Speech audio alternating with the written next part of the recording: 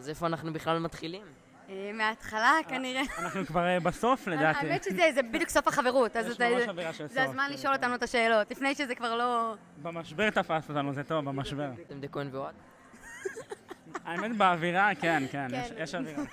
במיוחד הפוסט האחרון של זה של שם. הפרידה, אז איזה קרב הוא בא. ברעיון הקודם לא היית בזוגיות, נכון. עכשיו יש איזה משהו חדש? לא, אני שומר על הרצף, אני שומר על ה... בוא נגיד ככה, הוא עכשיו בחיי הרווקות, והוא בהחלט נהנה בחיי הרווקות. ממש לא נהנה ולא שום דבר. לא. מה היית רוצה בשבילו? וואו, למתן מגיע מישהי על הכיף כיף. על הכיף כיף. זה הכי זקן שלך עד היום. אני סבתא, לא יודעים את זה עליי, אבל יש בי קצת סבתא. יש בי מלא. מרים. זה כן, זה עם השם. רגע, תסבירי, מה זה נהנה מחבר רווקות? כאילו, תסבירי, שאת מוציאה אותי פה איזה, לא יודע מה.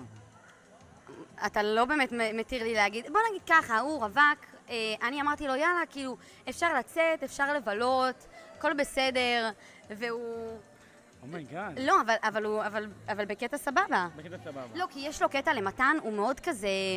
הוא אוהב, הוא נקשר, והיא אהבת חיי, לפעמים אני אומרת לו, אבל בוא אפשר גם סתם לצאת ולהכיר, פתאום אתה מגלה מישהי שהיא אחלה גברת. אחלה. על הלכת? אנחנו נדבר אחרי אולי זה. תגלה מישהי שיהיה לה כיף כיפק. תראו אותו, אני אעשה פה פאנצ'ים, יפה. וואו.